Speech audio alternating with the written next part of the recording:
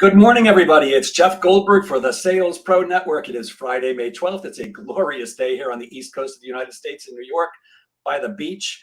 And as you may know, I founded the Sales Pro Network as a place to elevate the profession of sales, a place where salespeople can come and hang out, ask questions, network with each other. I'm a sales coach and trainer, and I work with individuals and organizations internationally to help them achieve measurable and sustainable sales increases. And I'm into sales. So as you may know, if you've been with us before, every Friday at 10 a.m. Eastern, I either do a live training or bring you someone who can add value to the profession of sales. And once again, my friends, this is no exception.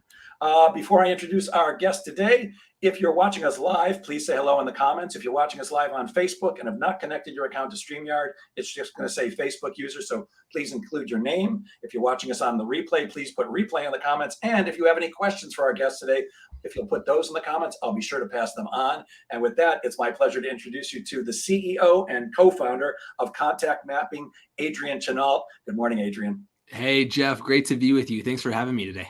Thank you. I'm really excited to speak to you. Before we get going, would you give us maybe the 2 or 3 minute background on, brought you up to this point? Yeah, absolutely. So one of the things that you'll hear a little bit about as I share more about our company, Contact Mapping, is that I co-founded the company with my dad, whose name's Tom. And so one of the things that is sort of this thread through the experience that led up to starting this company is that my parents divorced when I was in first or second grade. And my dad ended up finding the direct sales or network marketing profession as a way to be able to work from home and to be able to be around for us kids while he had us about half the time. And what that created for me was kind of this experience of a front row seat watching my dad build a business as an entrepreneur and as somebody who really is in a sales sort of role and ultimately in kind of a relationship and community building role.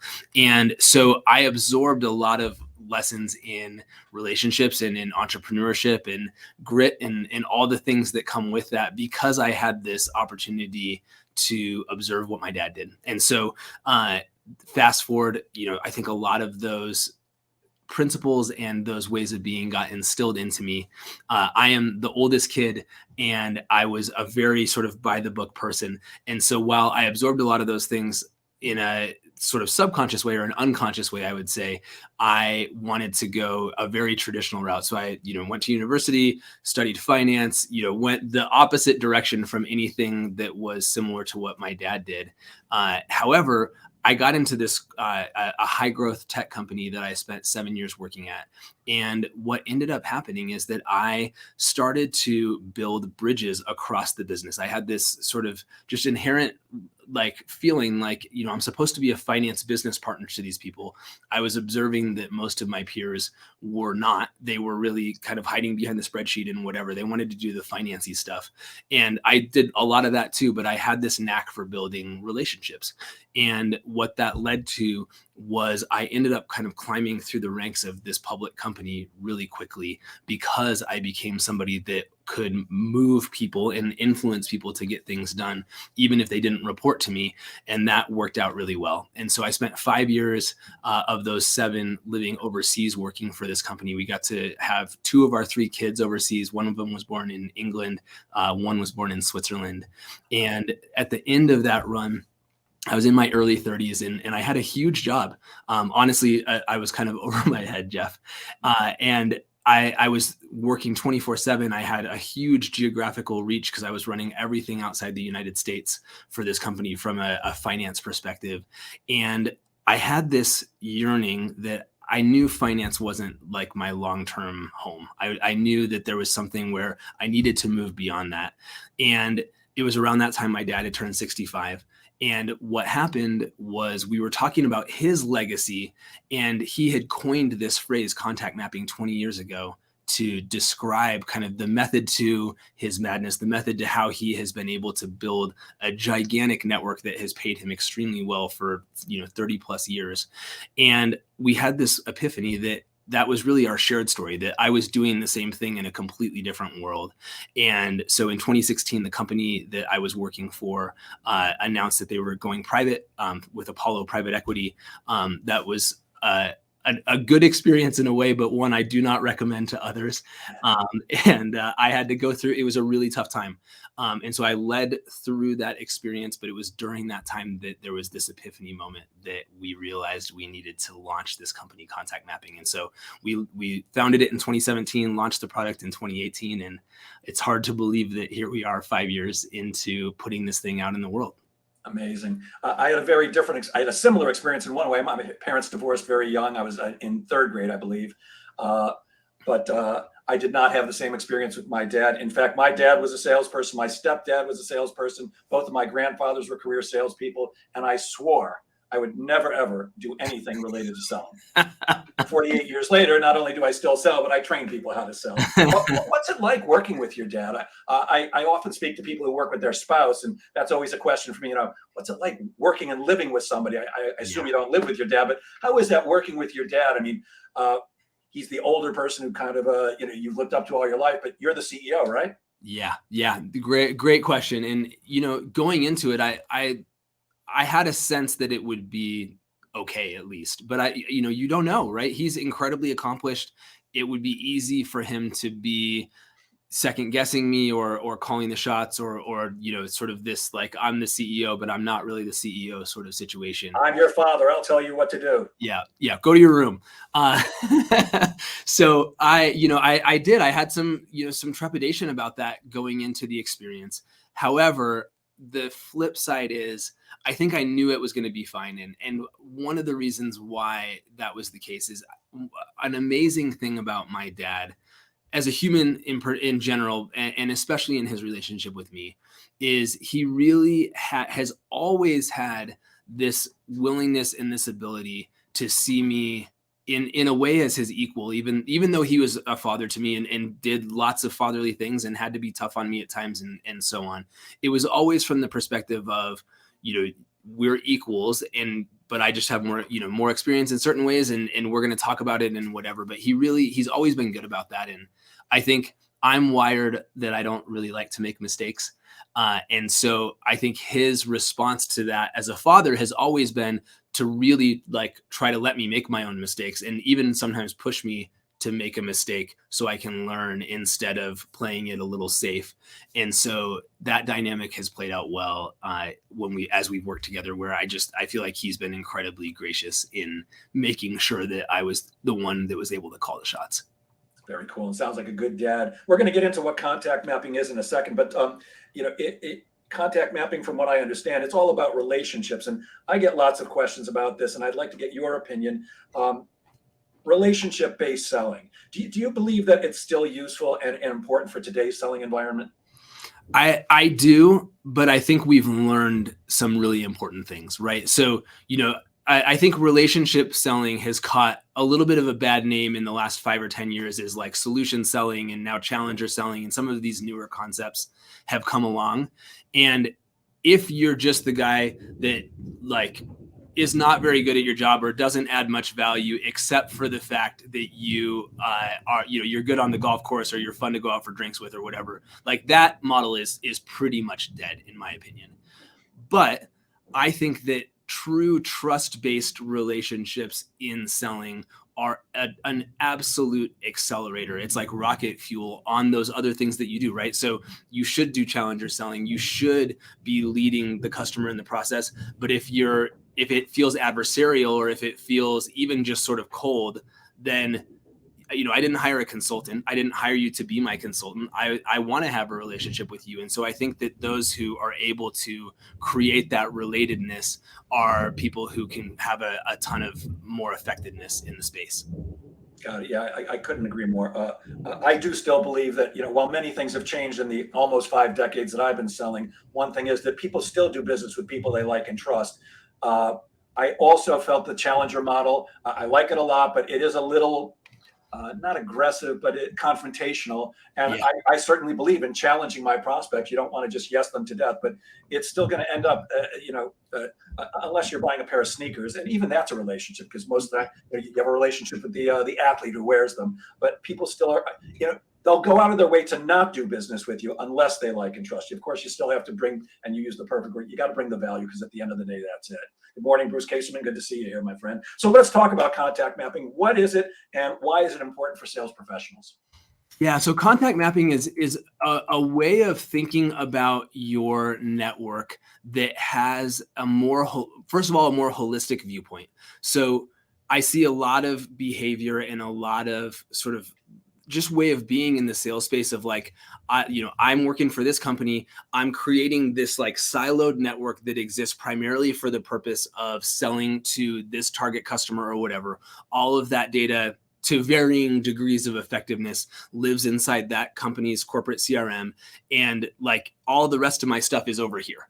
And I think that's patently the wrong way to think about the whole thing, because I think that number one, for you as a seller, in 99.9% of the cases, this is not your last gig that you're ever going to have for the rest of your life. And so you're doing yourself a disservice by thinking about your network that way. But I think you're also doing your company a disservice by thinking about your network that way, because I cannot tell you the number of stories that I have heard and experiences that I've had myself where a connection that leads to a gigantic opportunity will come from the school pickup line, or from chatting with somebody that I'm sitting next to at my daughter's basketball game, or whatever it is. And it's like, wait, you do what? Or you know who? Or all these sort of connections are happening all the time. And I think sometimes it's the big moments. Any salesperson is going to still recognize that, but there's so many small moments where there's just this, it's a fabric. And so that's what contact mapping is about, is helping sellers to be able to wield the power of that in a way that doesn't overwhelm them. And so what that looks like is that it's a layer on top of all the contacts in your life. So the contacts in your phone, the contacts on LinkedIn, the contacts on Facebook, wherever you're connecting with people and doing business, we're able to create and tap into contacts directly from there. And then it's as simple as going, okay, I learned a little bit of Jeff's story. I learned about not only what he does here, but the fact that he has this love of comedy. And I've picked up on these other parts of who he is that create connectedness. And I need to put those someplace where I'll remember them, because otherwise, my brain is finite and I'm doing, 20 meetings a day or whatever you're doing. It all turns to mush and gets all mixed up by the end if I don't do something with this. So it's a matter of either dictating or quickly typing out a couple of quick notes about the things that I want to remember. And then what I find is that when you're connecting with people, it's really there's kind of two main tracks that conversation goes down. Sometimes there's an immediate opportunity and it's like, okay, I got to lean into this thing and move that conversation forward. We call that follow-up. You call that follow-up. That's a fairly, it's straightforward, even though most don't do even that well, but that's a kind of a traditional concept. The other side of it, though, is that you meet people all the time that would be a great candidate for whatever it is that you have to offer. Their timing just isn't right? They don't have budget. They're just put in a new solution that they're kind of digesting, whatever it is. And so the timing just isn't right.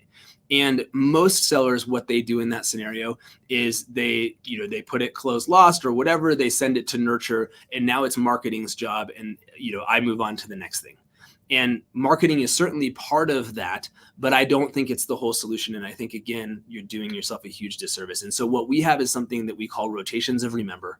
We apply this to both professional contacts as well as personal contacts.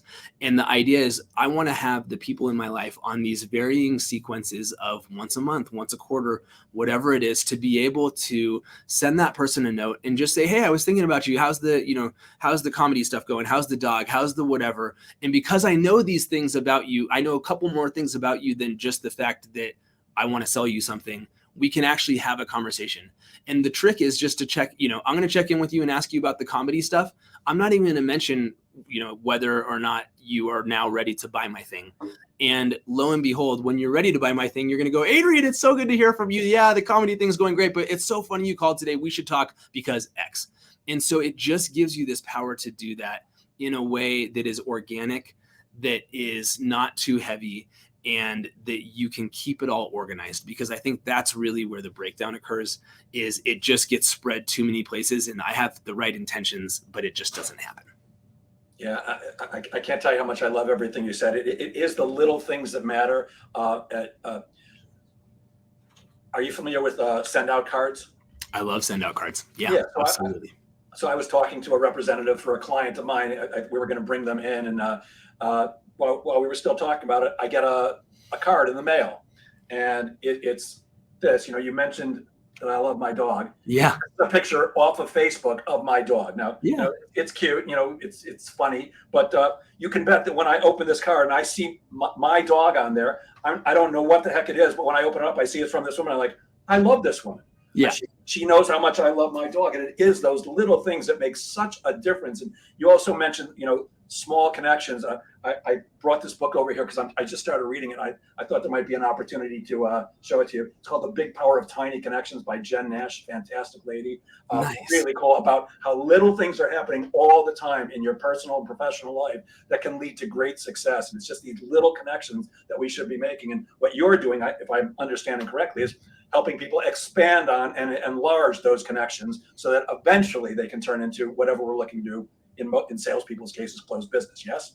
Absolutely. And I love you. I had this image pop into my head as you were sharing that, which is that, like all the time we have these little sparks that show up, right? And what happens is, if you blow too hard on a spark, nothing happens. If you don't give it anything, also nothing happens. And so the trick is to give just a little bit of oxygen to these relationships over time. And some of them still will go out, but others are going to turn into something incredible. But if you don't give it any oxygen, then it won't happen. Yeah. And most salespeople, we're so busy and often disorganized that we do let those sparks go out when they could be flamed and over time to turn into something. And clearly Jeff Stern knows me very well. He goes, beach bugs are the way to Jeff G's heart. Yes, indeed. I call them the beach bug because I live at the beach. We often walk on the beach, although there were police there this morning saying you can't bring them on. That's a $135 ticket. So not today. All right. You say the system helps sales professionals and entrepreneurs with their relationship development, and that leads to higher conversions and more referrals. So what's the system actually look like?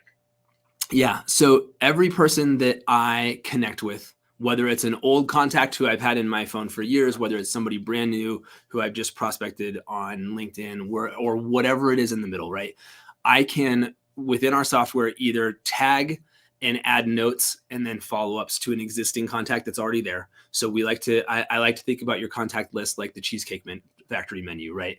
The Cheesecake Factory menu is like 500 pages long. Most of the things that I will never eat almost anything on that menu, but it's so nice to know that I could just walk into a Cheesecake Factory, decide on literally like any cuisine on earth that I'd like to have, and it's in there. So that is kind of how your contact list is, right? Like there's a lot of stuff in there that you probably don't need to or want to talk to anymore. That's fine. But it's nice to know they're there because you'll be surprised the people who pop their head back up. So that's your existing contacts. And then we have a Chrome extension so you can add and create contacts directly from LinkedIn, Facebook, Instagram, Twitter, Alignable. You can directly create or tag those contacts from there so that now when that rotation of remember comes up, I have one tap out. So the motion is either create the contact if it doesn't already exist, or if it does, it's already there. Add a quick note, remembering the things that are important about that conversation and that person who you met. And then you're either going to move them into that follow-up stage where it's like, okay, we're going to move some things forward here, or to the rotation of remember. And it's like, okay, cool. Whether it's once a quarter or once every 6 months, once a month, whatever that looks like, I'm going to build this relationship with this person and I'm just going to stay in touch. And most of the time when a rotation pops up, it's as simple as I'll pop over to their LinkedIn or their Facebook, see if they've posted anything monumental recently, and just send them an encouraging note. Hey, just was thinking about you today. Noticed the fun walk on the beach. Hope you're doing well. And if nothing comes of that, that's okay, because I pinged them to signify that relationship is still alive. And then sometimes it's an immediate call back. Sometimes I'll call if I'm in the car or whatever. And so I mix that up, but that's where you're able to develop these relationships that are lasting, so that then when they need something or when you need something, that it's an easy call to make instead of a weird call. And is contact mapping meant to replace a CRM like Salesforce, or is this in addition to? So I would say it's in addition to, for If you have a traditional CRM, this is an addition to that.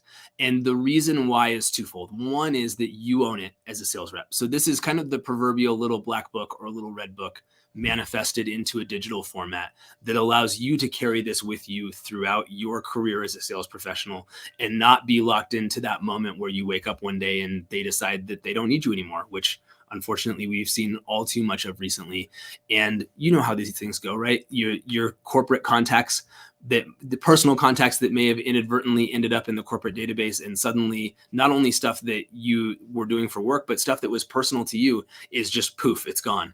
And so it's a value from that perspective.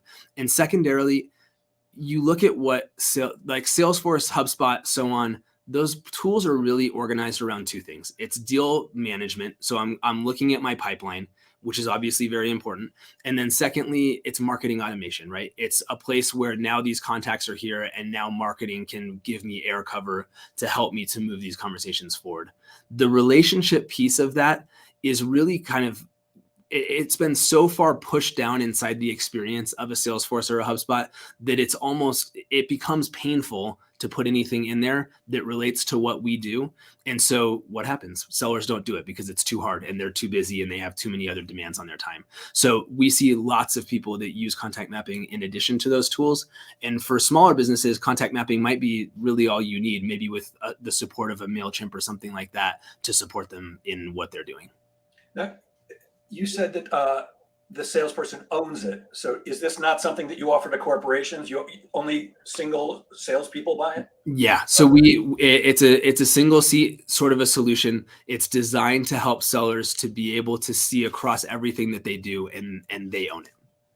Interesting, because one of the things about a CRM system, and I often counsel my clients, you got to have your people putting everything in their CRM, because if they leave, it's all in their head or it's written down somewhere. If it's in your CRM, at least you still have it. So this is great for the salesperson because they own these relationships and they can take them wherever they're going. Yeah, absolutely. And, there may be a future where we actually integrate those two things together and allow them to be able to push it into the corporate CRM as well. But I think that having that copy is important for the seller to be able to have.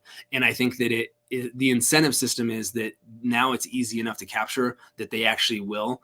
And so that's what we see a lot of happening there.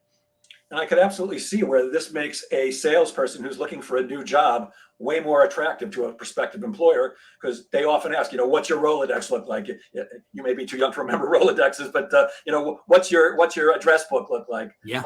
Where's your contact list? And often it's like, well, it's my ex-employer, so I can't bring it. So yes, if they own it, that's a great thing. I do research for all these interviews, so I go into people's websites and their LinkedIn.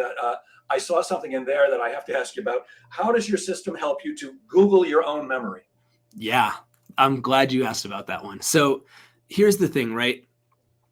How often, as a salesperson, as a parent, as whatever, do you have this moment where you're like, I was just talking to, somebody asks me about something or brings something up and I go, shoot, I literally I have the perfect person for you. This was like a week ago that I was having this conversation. And for the life of me, I cannot figure out what the heck it was, let alone if it was months ago. Contact mapping is designed to make everything instantly searchable. And so what we do is whatever, like maybe it's the pug, maybe it's whatever, there's something that's going to stick in my head about you. And maybe it's not the thing that is the most obvious thing. It's just, we have these random associative memories.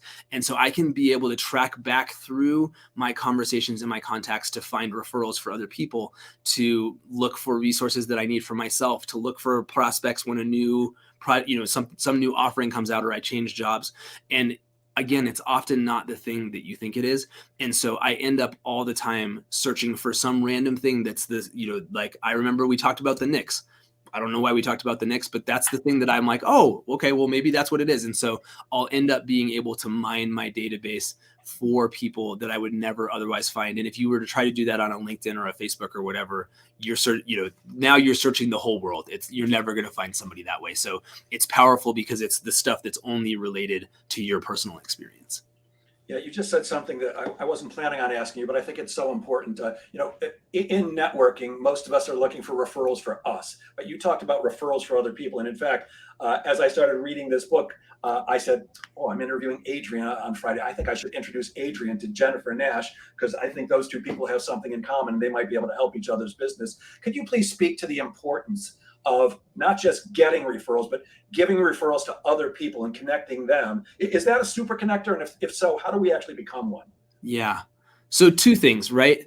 First is that why, you're at a networking group, you're at a whatever, like if you're looking for referrals, what's the other person doing? They're looking for referrals. So if you're in this space of just, what can I get?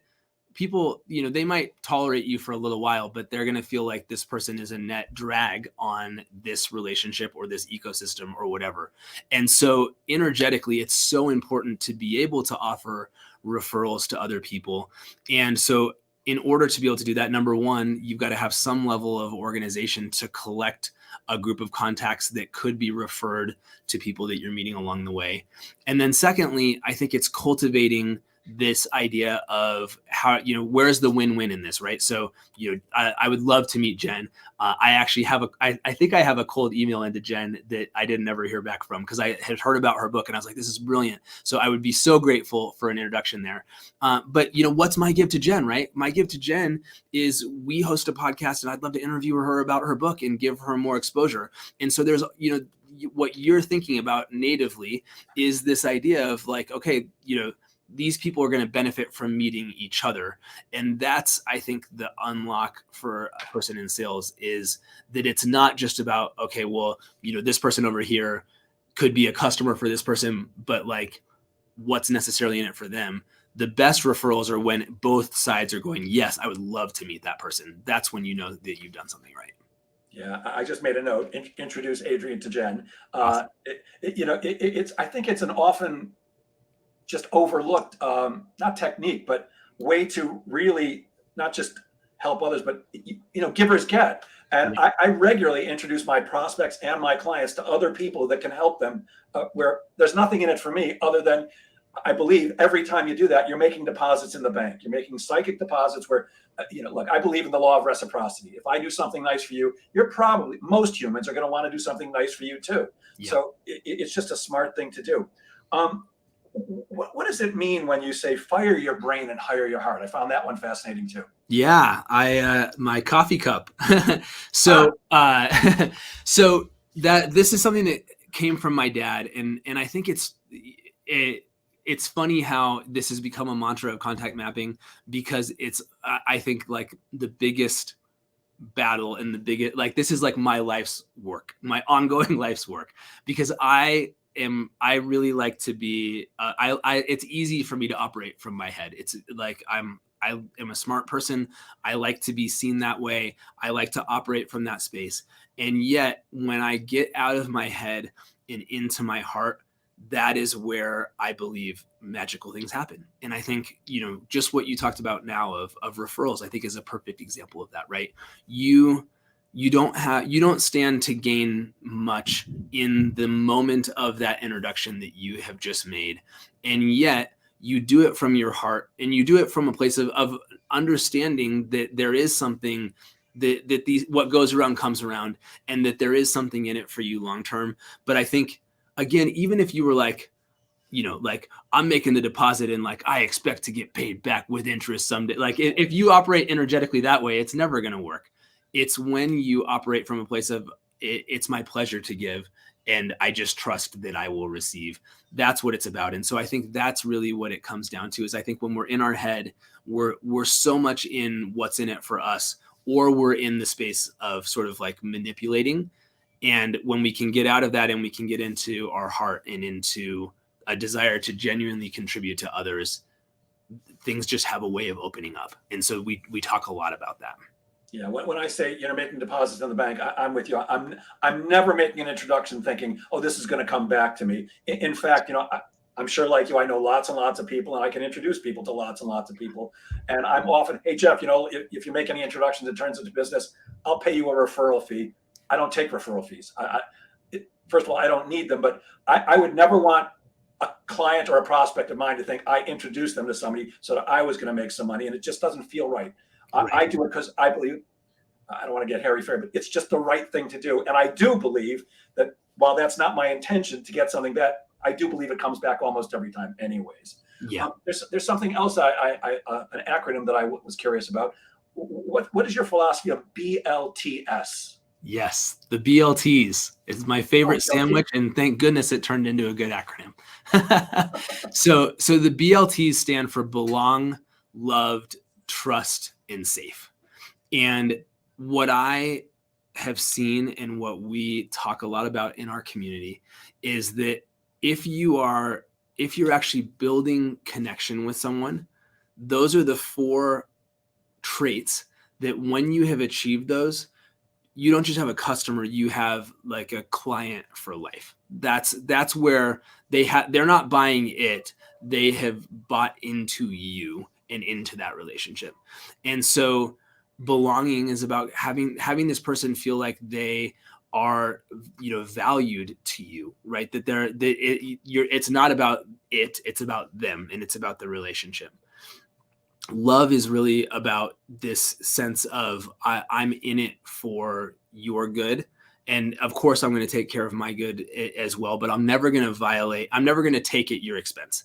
And so that's what I think the manifestation of love looks like in that space.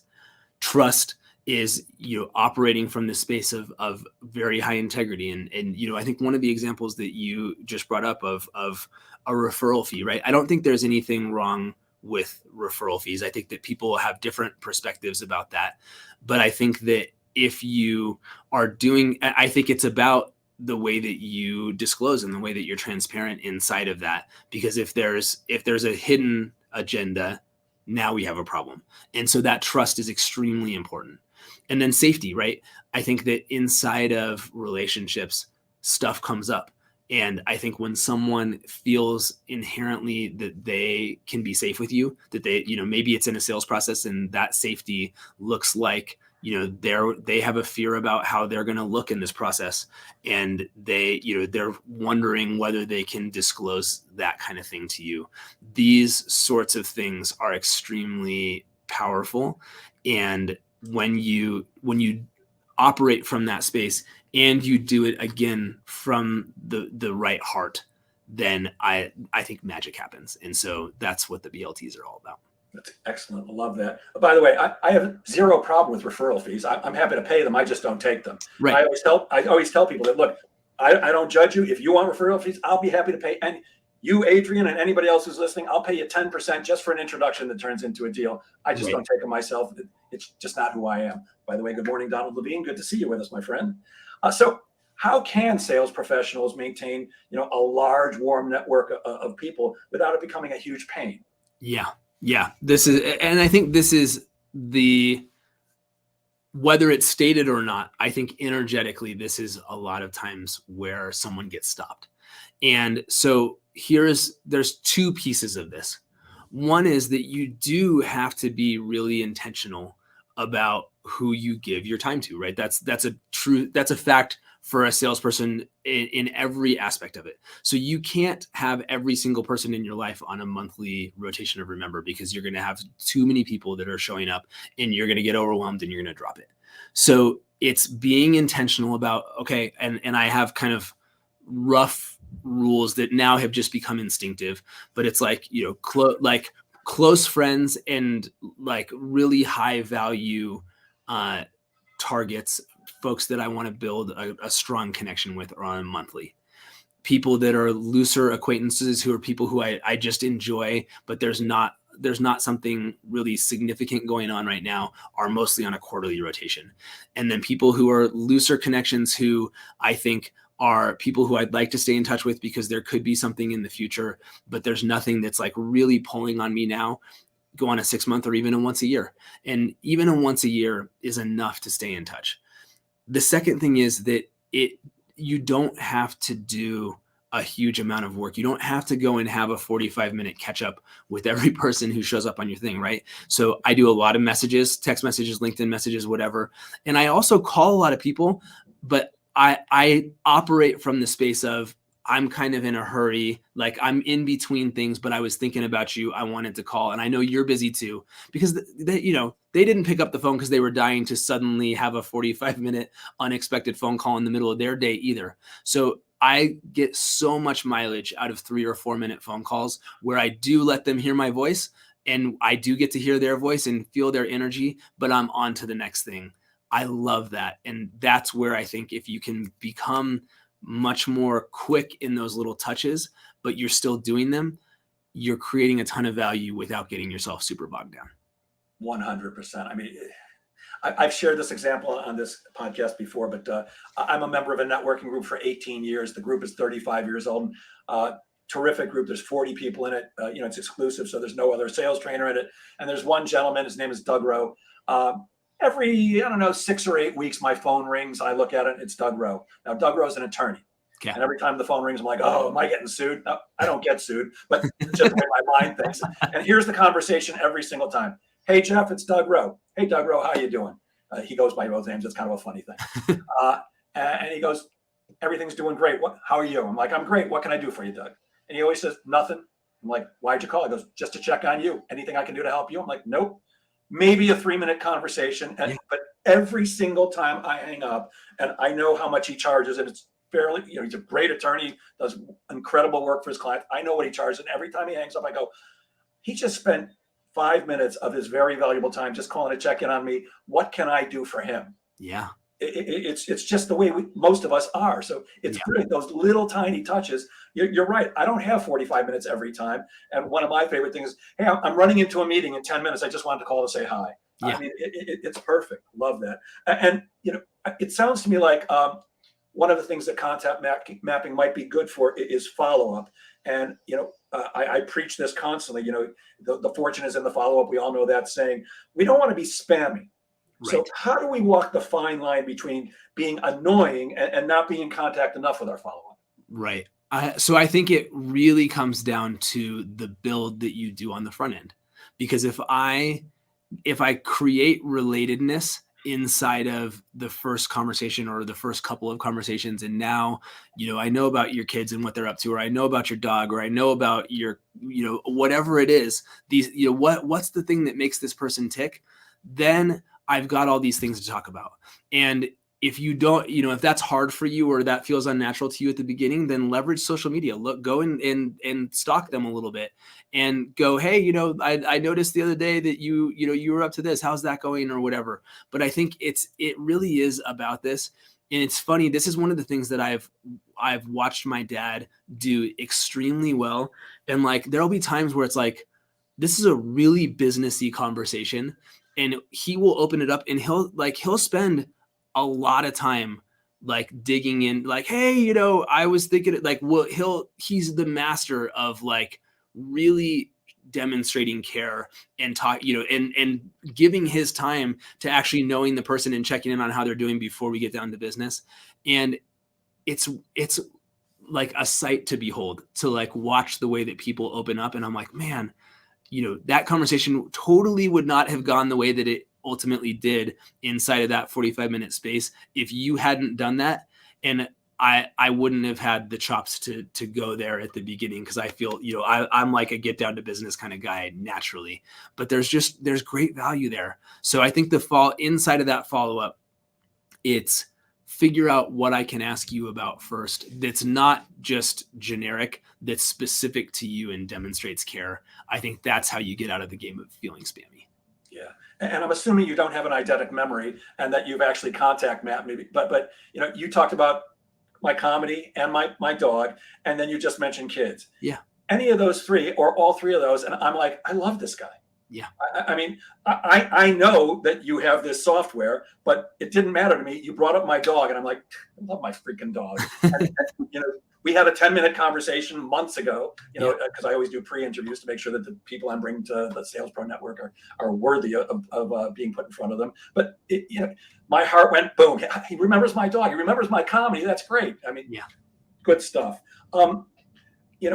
You mentioned automation before with things like HubSpot and Salesforce, and so many of them offer that. And the level of automation seems to be getting nuttier and nuttier week by week. Yeah. I'm sure that, like me, you get the automated the LinkedIn connection request, and then an automated message 10 seconds later, which I'm so against. But what role do personalization and real authenticity play going forward?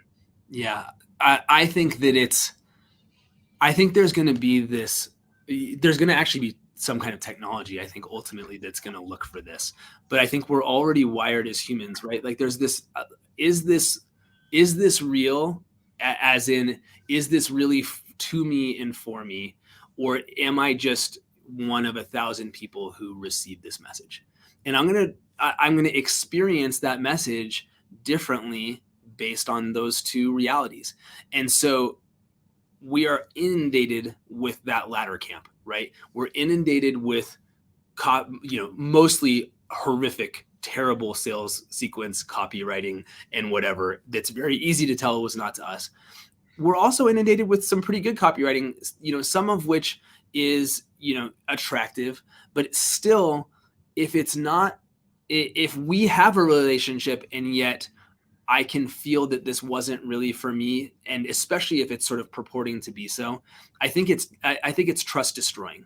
And so I think the flip side is that there's going to be a premium placed on people who can demonstrate their humanity and demonstrate their care in the way that they interact with the people around them, with their prospects, with the people in their life. And so again, how do I capture something from a conversation that I couldn't Google about you and find that same thing? And then how do I be able to tap into that fact or that connection or that memory, something interesting that you said, or some hallmark of a conversation that we had along the way, when I can sort of call back to that experience together? Now people are leaning in because they feel seen and they feel valued. It comes back to that. That's a way to demonstrate those BLTs. Yeah. I'm assuming that, like me, you're excited about AI, and there's so much talk about it. I'm doing my best to stay current, but there's that danger of you using AI to write copy, and people don't want to talk to robots. Yeah. And I think it's a good tool, but you still need to personalize things. So Yeah. I'm with you 1,000,000%. And somebody is saying, "Hi, Jeff Goldberg, Facebook user. Hi to you too." Whoever you may be. Adrian, if I'm being too personal, just say so. But I believe you're a person of deep faith. Is that correct? Yeah. So if it has, how has your faith affected you in your journey as a business owner? Yeah, I think it's been essential in some big moments in particular. And one of the things, so I alluded to this at the beginning, but there was a very profound moment and sort of cluster of experiences around the starting of this company where I truly felt like it was a calling. Christmas Eve 2016, I was back visiting family here in Colorado. We were living in Switzerland at the time. And this was just after that transaction had been announced. I was working 24/7. We had a 7 or 8 month old at that time. Our youngest was a baby, and I was really, really burned out. My wife was doing her best, but was carrying all of the water of our family and living overseas. And it was just a really hard time. And I was in this space of like, I think I need to move on from where I'm working right now. And I don't know what that looks like. Maybe I'm going to go be a CFO. I was a finance guy, so be a CFO for a startup, because I thought I wanted to be in the startup world, but I didn't know what I was going to do. And Christmas Eve 2016, I was in God's phone booth, aka the shower, and I had this like true like lightning bolt kind of moment where the idea for this contact mapping becoming a company, this philosophy that my dad and I shared becoming a company, came to me. And so it has felt like from day one, like a calling and a mission. And there was a whole bunch of experiences that happened after that in the immediate aftermath, where it just felt like this is for sure supposed to happen. And so now fast forward, I'm 7 years past that moment. And there's been some huge ups and some huge downs in this journey. And in the downs, what I found myself doing is calling back to that moment in the past and saying, okay, God, like you gave me this thing, you gave me this vision, you gave me this mission, and like things suck right now. So obviously, like it isn't over yet. And if you could just like make it how you're supposed to make it, and sooner rather than later, that would be really great. Like that was kind of the space that I was operating from. And I hadn't really like examined that premise or like I hadn't really thought about it. And I'm part of a men's group that has been a huge blessing to me. And there was another guy who was sharing a story about a totally different but similar in this way situation where he was like, I felt very clear that I was called to do this thing. It was great for a short season, and then suddenly it was like really, really bad. And I had this moment of like, does that mean that I felt like it was a calling, and then suddenly it was horrible, and it was clear that I was not supposed to be in this situation anymore. And I had to go back and go, well, does that mean that it wasn't really a calling and it was just what did I just manufacture, like God told me to do whatever? And he was like, no, I don't think that's the case. I think that it was a calling for a season, and then now I was called to the next thing. And I had this moment of realization that essentially what I was doing was telling God, I want the fruit of what I expected this to be when I had this experience 6 or 7 years ago. And you're not giving me what you told me you were going to give me. And he didn't tell me exactly what it was going to look like. There were so many assumptions and like my own personal stuff wrapped up in that. And I had this really profound experience. And this is like in the last 90 days where I've realized that I was holding on to this one, like I was grasping hold of this one version of how this was going to be and holding on to it. And this isn't how it's going to be. And what is going to be is better than the version that I had of it. Or maybe it's not. But who am I to tell God that it has to be anything, that anything has to be anyway? And so that's been something that has been really meaningful in my life over the last few months of opening up. And I do think that what's coming is better. Like I that's how I feel.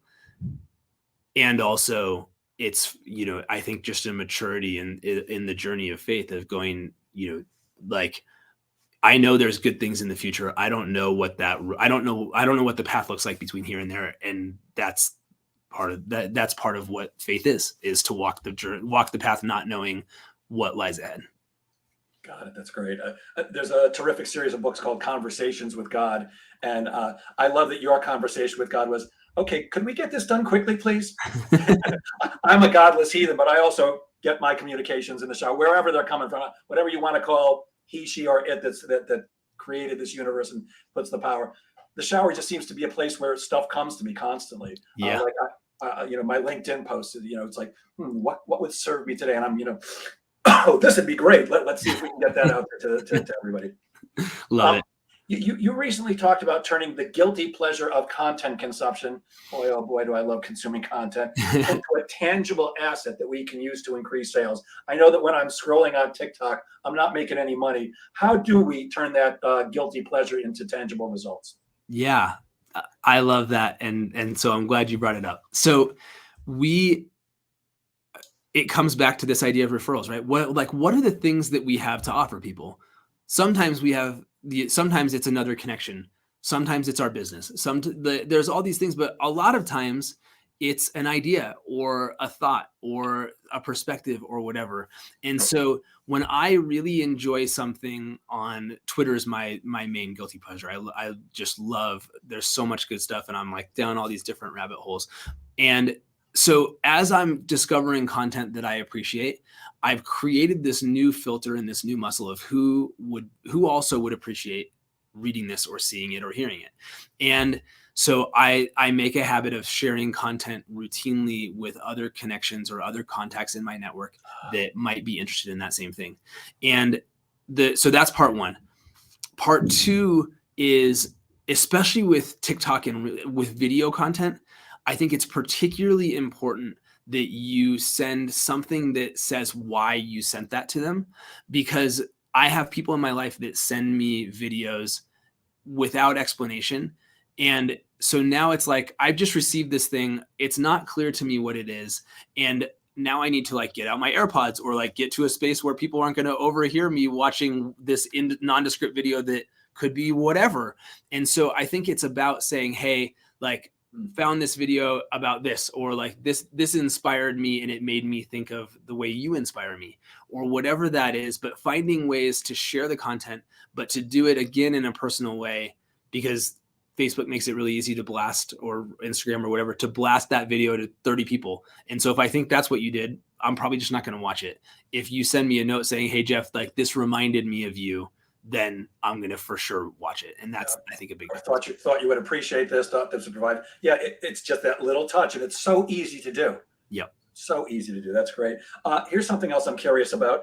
A while back on LinkedIn, you posted a picture of an empty stick of deodorant. What the heck was that about? So it's funny. The journey continues on this. So Melaleuca is a direct sales company, and like literally like 4 or 5 years ago, somebody sent me this beautiful box with for sure over $100 worth of men's personal care products from Melaleuca in this box. There was no card inside. There was nothing that told me who this was from. And I still to this day don't know who it's from. And I couldn't figure it out then. I couldn't figure it out now. And because of that, I was like, I don't know. Like I wasn't in the market for new men's care products, but so I sat in my office. So then 3 months later, I ran out of deodorant, and I was like, oh, there's that one. And so I just grabbed it, and I started using this deodorant and a couple other things from this box, and they were all fantastic products. Well, now they're all gone. And the deodorant in particular was really great. And I was like, shoot, I need more of this. So I finally posted this thing, because I think sometimes we hide behind the swag in particular, right? We send someone something, and maybe we don't say, that was just that was a dumb move. Like, don't spend $100 sending someone something and don't at least have them know who it's from. But I think there's a deeper thing there of, if I'm going to go to the trouble of sending you something and I don't personalize it in some way, I'm wasting my money. And I read actually an interesting thing on Twitter last night about the guy who I think was the chief revenue officer at Brex, which is a fintech startup that serves other startups. And he talked about that their first like major growth push is they sent a bottle of French champagne to every Y Combinator company that they went and looked at that had raised money in the last 60 days. They wrote them a personal note congratulating them on their fundraising and just cold sent them a bottle of champagne in one of those beautiful Verve boxes in the mail. And had they done that, and let's just imagine it was a company that they didn't know about, and it came in the box, and it just had a thing on it that said, from your friends at Brex. If that was the whole thing, what would that person do? Oh, cool. Thanks for awesome. Thanks for the champagne. That's cool. I'm going to go to Brex.com and I'm going to make a snap decision about whether I think that's a good idea or not. And I'm going to move on. But because there was a personal note in the box that was from a human being, the natural thing is, oh, wow, well, now I need to go and find that person on LinkedIn or find their email and make sure that I reach out and say, dude, that was so nice of you. Thank you for sending this. So if you miss the relational part of the equation, your conversion rate is going to be dramatically lower, and you're going to waste a lot of money on doing things like that. And so that was really the core of the bizarro picture of the used up thing of deodorant on LinkedIn. Brilliant. So somewhere out there, there's a Melaleuca representative who's missing out on some repeat sales that you would be making. Totally. Crazy. And I believe their products are all natural. I actually spoke to the company at one point. They were thinking about bringing me in to speak at one of their annual conventions. Didn't happen, but great company. Yeah. You also posted recently that ChatGPT, speaking of AI, was making you a better communicator. How so? So I've been fascinated by this and continue to be. But one of the things that I learned very quickly about ChatGPT is if you go into that portal, or if you go into any of these new AI portals and you're like, hey, write me a sales letter to Jeff Goldberg he's the, this is his company and here's the website. If I send that, it's going to give me something back that's going to be really far away from what I actually want. And it becomes really hard. Like once the bot has given you the first work product, you can maybe get, 20 or 30 degrees of difference from there, but you're not going to get like a full 90. Like if it's way off, it's very hard to get it reined back in. And so I read this article that the trick with it is to talk to the bot for as long as you can until you're absolutely certain that it understands exactly what you want it to give you before you let it give you anything. And so you go, hey, I want to have you help me write a sales letter that's going to be a cold email to a prospect. Do you understand what that means?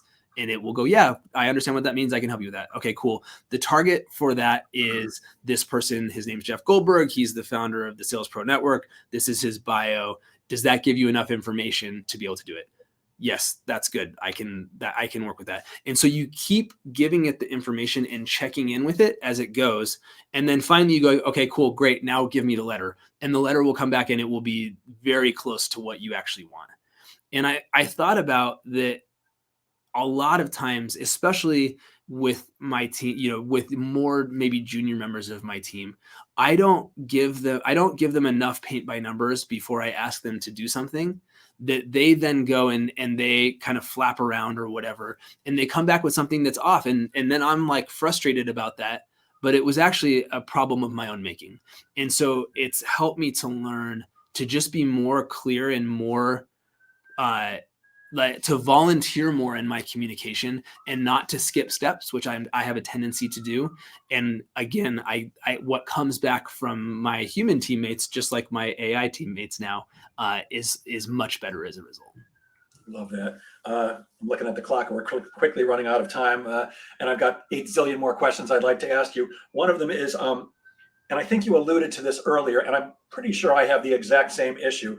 You say you're addicted to looking good, but you don't mean physically. What do you mean?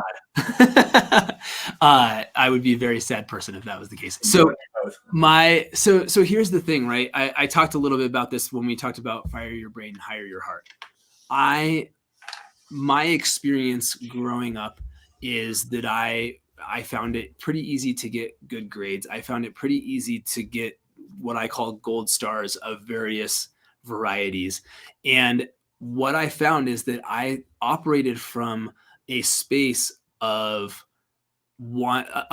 playing for the applause of others and really attempting to sort of anticipate what's going to get me the next gold star, what's going to get me the next pat on the back, whatever that is, and running after that almost without really thinking about if I even wanted what it was that I was chasing after. That seemed like the next right thing to do. And what I have started to learn is that was really about looking for validation from a place that wasn't going to actually give me intrinsic validation. And I think, I could have probably recognized it was time to move on from my corporate career several years sooner had I been listening to my heart and to my intuition more. And so what I've learned is that there's great power in learning myself, being able to check in with myself, but then externalizing the messiness of who I am. That I felt like I would lose credibility by doing that. And every time I have found that I gain credibility and I gain connectedness with people, they're more likely to want to work with me because of my willingness to share who I really am. And so I'm constantly pushing myself to lean more into that going forward. Yeah. For me, it's more about, I love being right and I hate being wrong. And I've really worked hard to understand and accept that, nobody's right all the time and it's okay to make mistakes, and people don't hate you or necessarily judge you negatively just because you've made a mistake. Yeah. I really would love to talk to you all day long, but we have run out of time. I'm going to share my screen. If you would please tell people, Adrian, how can people reach you if they want to, if they're interested in contact mapping or want to talk to you about anything? Yeah, awesome. So I primarily would love to actually connect with you. So I shared my Facebook and my LinkedIn there. Please go ahead and reach out to me and connect with me on one of those platforms. And one other thing that I'll do just to, to share with your audience and hopefully to make a give here is if you do that and you'd like to check out contact mapping, if you connect with me and mention that you saw this episode, I'd be happy to give you a month free of contact mapping for you just to get your hands wet with it and experience what we do. But whether or not you want to do that, I'd love to connect with anyone in your audience that got something out of today, just because I love people and I think that there's great value in doing that. So thank you. Nice offer. And there are people watching this live, but this will also be converted to a podcast. Would you like to just tell them out loud what the contact information is? For those who are listening, so they can get in touch with you too. Yeah, absolutely. So you can learn more about contact mapping at contactmapping.com. And then please connect with me on Facebook or on LinkedIn. It's Adrian Chenault with a C. So it's Chenault. And there's not a lot of Adrian Chenaults out there. So you'll find me pretty quick. Got it. And before we go, guys, I'm going to share my screen once more. For those of you who like this podcast or the live stream, but often forget, I'm assuming that anybody who's here today isn't doing that. I just started an email list and I'm sending out weekly reminders with a link to the last one and a link to this week's. If you want to be on that list, just send me an email at my email, which is jeff@jgsalespro.com. That's jgsalespro.com. And just say list. I'll put you on the list, and that way you'll always get a reminder of when to tune in and an easy way to connect and hit the link, and there you'll be, and you won't miss a single one. Adrian, thank you so much for your time and expertise today. I really enjoyed speaking with you, and I will end this as I always do. Guys, please remember that sales is a game of making things happen. So get out there and make sales happen. Thanks, Adrian. Thanks, everybody. Have a great weekend. Thanks.